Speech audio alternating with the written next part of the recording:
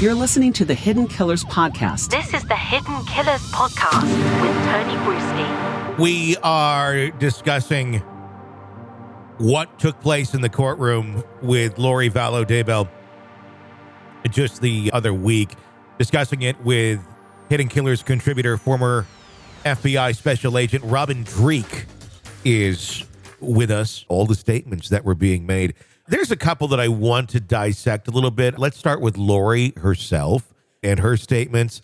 Obviously, the ranting that we heard in that courtroom was that of a delusional woman, one which I think most of us were not surprised to see. I was surprised to see that she actually spoke, but once she did speak, and my mind was going, well, if she does speak, it's going to be something along these lines. She didn't disappoint. It was pretty much what I think was expected. She believes her bullshit pretty well. Yeah, doesn't she? Yeah. I think that what really struck me when she was speaking and was the difference between, I mean, if you look at it, technically, you know, she ranks up there as a serial killer because she's killed numerous people.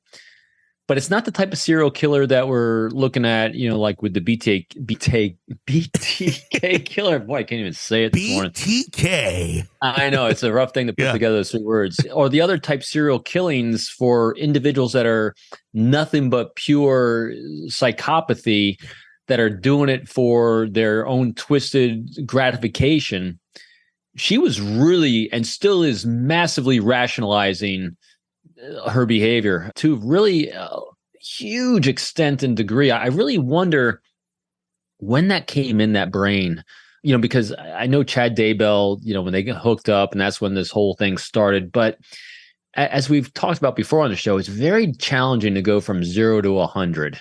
So there was crazy in that life already for a lot of years, and it finally manifested and was allowed to come out. But the rationalization that she's done surrounding the horrendous things she's done to her family members and her children, it's profound and sad. It really is. And the depths to which she was able to go. And still, people at the hearing itself, herself in there, did not seem to give anyone the satisfaction of showing emotion, of showing that she recognized any of her crimes. And I don't know that she's truly capable of doing it. I mean, this is a woman who made the statement, Jesus Christ knows that no one was murdered.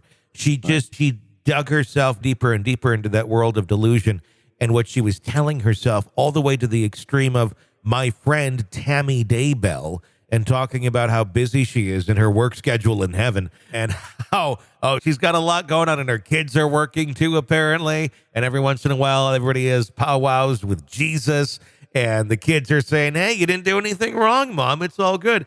I mean, that's quite a hole for someone to dig themselves down into, and to be so well-spoken on it, I guess. Yeah, when you believe your own lies, I mean, I guarantee you she'd pass a polygraph on it too, because she totally believes and convicted in everything she's saying.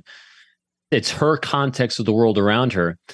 And the tragedy in this is, for the families that you're looking to try to relieve pain and suffering in some way, you'll never get rid of it, obviously. Mm-hmm. And one way in which you hope to do that through resolution of the court process and sentencing process is that you want to see remorse, discomfort, and pain on the individual that inflicted on you. Yes. They're never going to see it from her. No. And what do you say to someone like that who so desperately is seeking that form of a piece of closure? I mean, obviously, it can only bring so much, but if you really desperately want that, but that person is not even capable of doing it, that person just needs to accept that's not a part of reality. Is that kind of what would need to be done? Yeah, and I think in cases like that, therapy, obviously, but banding together, staying together, and supporting each other, and just realizing that stop. If you keep seeking something which you'll never receive, you're going to live a life of torment. Yeah, no, I think you just got to let go of the fact of what you're trying to feel better by having is unattainable, because the person that you're trying to get it from is incapable of delivering it. And in this case,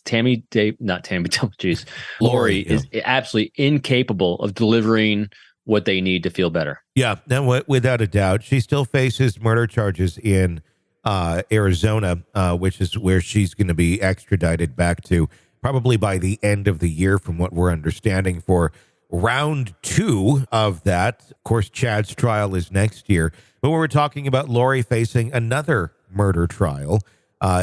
Is this, again, someone, I mean, I was asking it all the way leading up to this thing. After we saw her statement, is this someone who should be standing trial? Yes, people want justice here, without a doubt. But, I mean, I don't think this is an act. This is someone who's clearly disturbed and is not in the same reality as everyone else. Do we have another trial for her? Is this something where they can maybe look at some point and say, look, she's in for life. She needs mental, she's not right. Do we put her back on trial? Is this just continuing the circus?